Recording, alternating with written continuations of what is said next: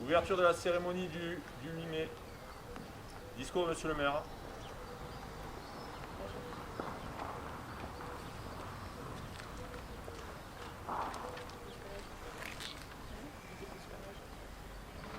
Discours de Madame la ministre déléguée auprès de la ministre des Armées, chargée de la mémoire et des anciens combattants, Geneviève Dariussec. 8 mai 1945. Par 2 fois, l'Allemagne a signé sa capitulation sans condition. Pour l'Europe, la délivrance est là, la guerre est finie. Enfin, après tant de souffrances et de désolation, après tant d'espérance et de lutte acharnée, même les épreuves les plus douloureuses ont une fin. Même les tempêtes les plus dévastatrices s'achèvent. Une joie bouleversée emplit les cœurs, les drapeaux ornent les fenêtres, les embrassades se noient dans la liesse populaire. Derrière les larmes de joie, celles de la peine affleurent. Personne n'oublie les villes ruinées, les vies dévastées. Personne n'oublie que l'humanité a payé le plus lourd tribut de son histoire. Notre monde en fut à jamais changé. La Seconde Guerre mondiale est une rupture pour notre civilisation qui se sait, encore davantage, fragile et mortelle. 76 ans plus tard, reliés par notre mémoire commune et épris de la même reconnaissance, nous nous unissons par la pensée et par notre hommage pour saluer le souvenir de celles et ceux qui ont combattu et abattu le fléau nazi. Pour notre pays, rien ne fut simple. Ce combat prit de nombreux visages et la victoire mille chemins. Malgré les ardents soldats de Montcornet, d'Abbeville, des Alpes, de Saumur et tous ceux de Quarante, l'ombre de l'occupation, de la division, puis de la collaboration, a jeté son voile obscur sur la France.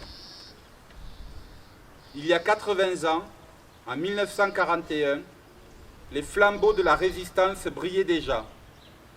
Le flot du refus et de l'espérance montait, tandis que la répression forgeait son funeste souvenir à Châteaubriand, au camp de Souges ou au Mont Valérien. La France libre recevait les ralliements des territoires ultramarins et poursuivait son inlassable épopée. Dans les sables de Koufra, elle nouait un pacte avec la victoire et par la voix du colonel Leclerc, regardait déjà vers Strasbourg. À l'instar d'Hubert Germain, dernier des compagnons de la Libération, ce fut toute une jeunesse ardente et résistante qui refusa la défaite et l'asservissement, qui refusa de servir les desseins de l'occupant. Tous, ils ont permis à la France de s'asseoir à la table des vainqueurs.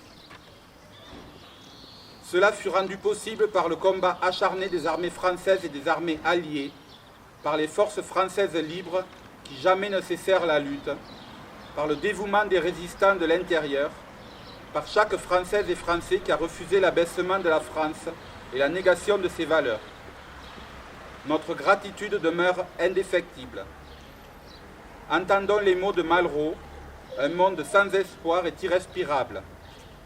La victoire de 1945 est le succès de l'espérance, mais elle est aussi l'aube d'un nouvel effort collectif pour la reconstruction, pour la paix et pour l'Europe. Hier comme aujourd'hui, face aux épreuves et aux crises du temps, la nation française se tient debout, résiliente et espérante. Unie et solidaire, souvenons-nous de l'adversité surmontée et de la liberté reconquise.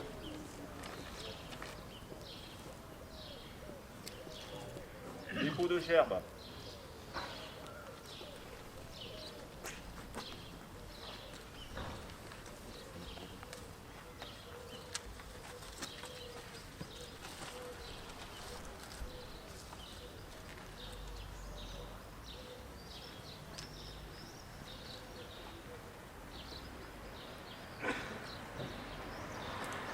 Sonnerie aux morts. Garde à vous.